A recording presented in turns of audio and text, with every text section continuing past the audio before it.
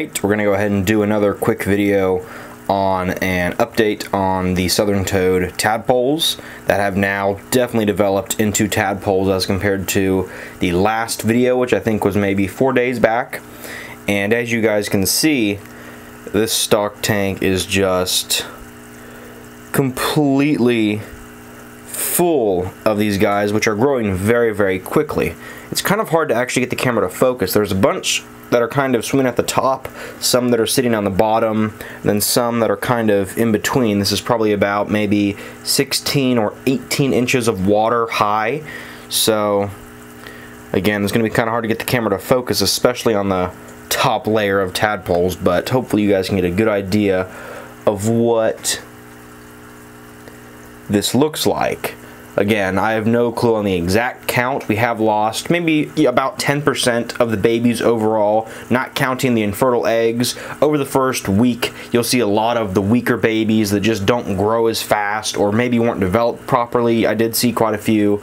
I don't want to say quite a few, but there were certainly some that I saw that came out deformed, and those will actually kind of just die, sit at the bottom of the tank, and I'm pretty sure they basically get not cannibalized, but as they start to break down, I think the other tadpoles also eat on them a little bit, because you can't really see too many.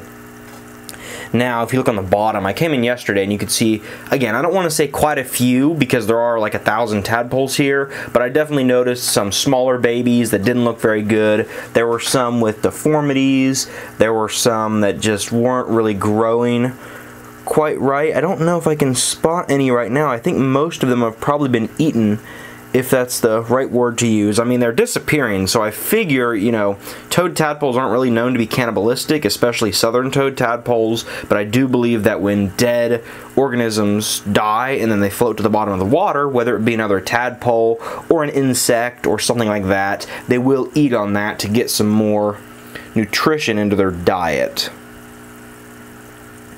Again, I'm really trying to, there we go. I can get a focus on the top layer of tadpoles. These guys are ready to eat. They haven't been fed today, and as of the recording of this video, it's about, I don't know, probably just a little bit past 11 in the morning, almost noon. So,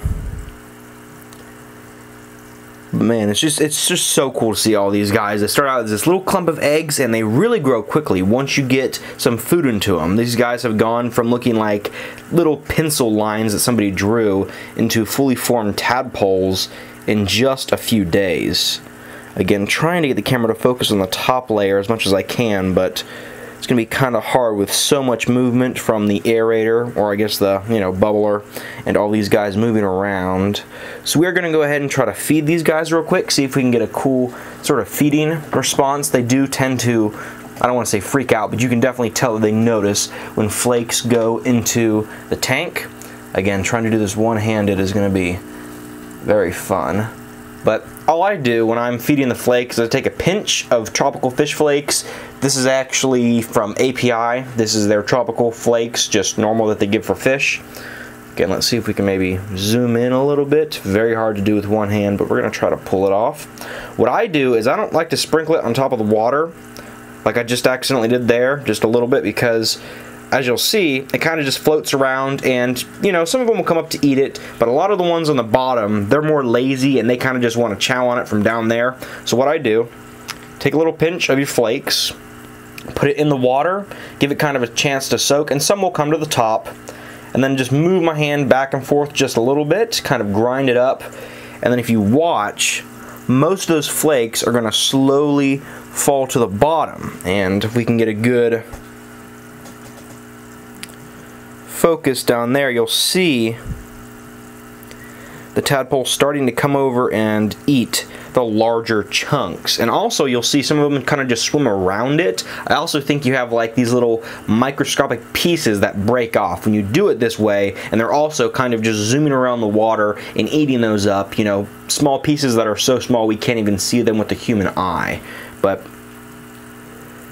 as you can see, they're definitely going to start going on these, and I'm really having a hard time focusing on the top layer, but some of these ones that are floating on the top of the water are also getting picked off by these guys. They'll nibble on them a little bit once they kind of get a little bit soft from the water.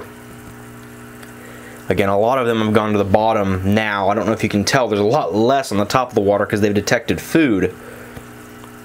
And that's just one little pinch. We can probably give, yeah, I'll give one more. I don't want to put too much food in the water at once because you'll pollute the water, and then we have to do a big water change, and I just changed this entire tank out, you know, I think yesterday morning, and that takes a little bit of time. So let's see if I can do another pinch of some more flakes.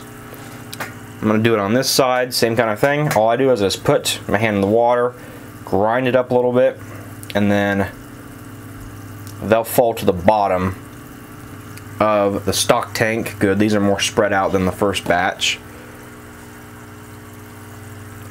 And you can see they all come in and start like just little piranhas just going to town on these fish flakes. This is the diet that I give them exclusively. You know, I really like the API. I can kind of show it maybe on camera. This guy right here, API, Tropical Flakes.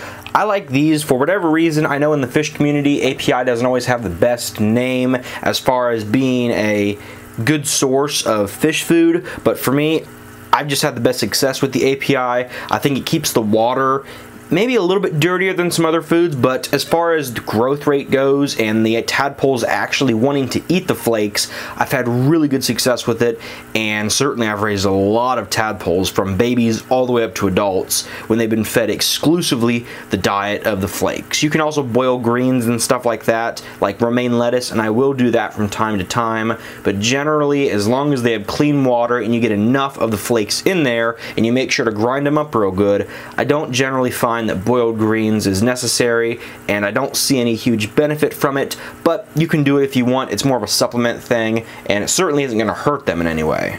So hopefully you guys did enjoy today's video. Again, I know people have been asking for more and more updates on the southern toad tadpoles. Here you guys go. As you can see, they have all not grown up, but they're certainly now tadpoles, no question about it. Not these little tiny lines that are just barely moving in a big mass on the bottom of the tank. If you guys would like to see more videos like this in the future, be sure to like, comment, and subscribe. And until next time, thanks for watching, and I'll see you guys in the next video.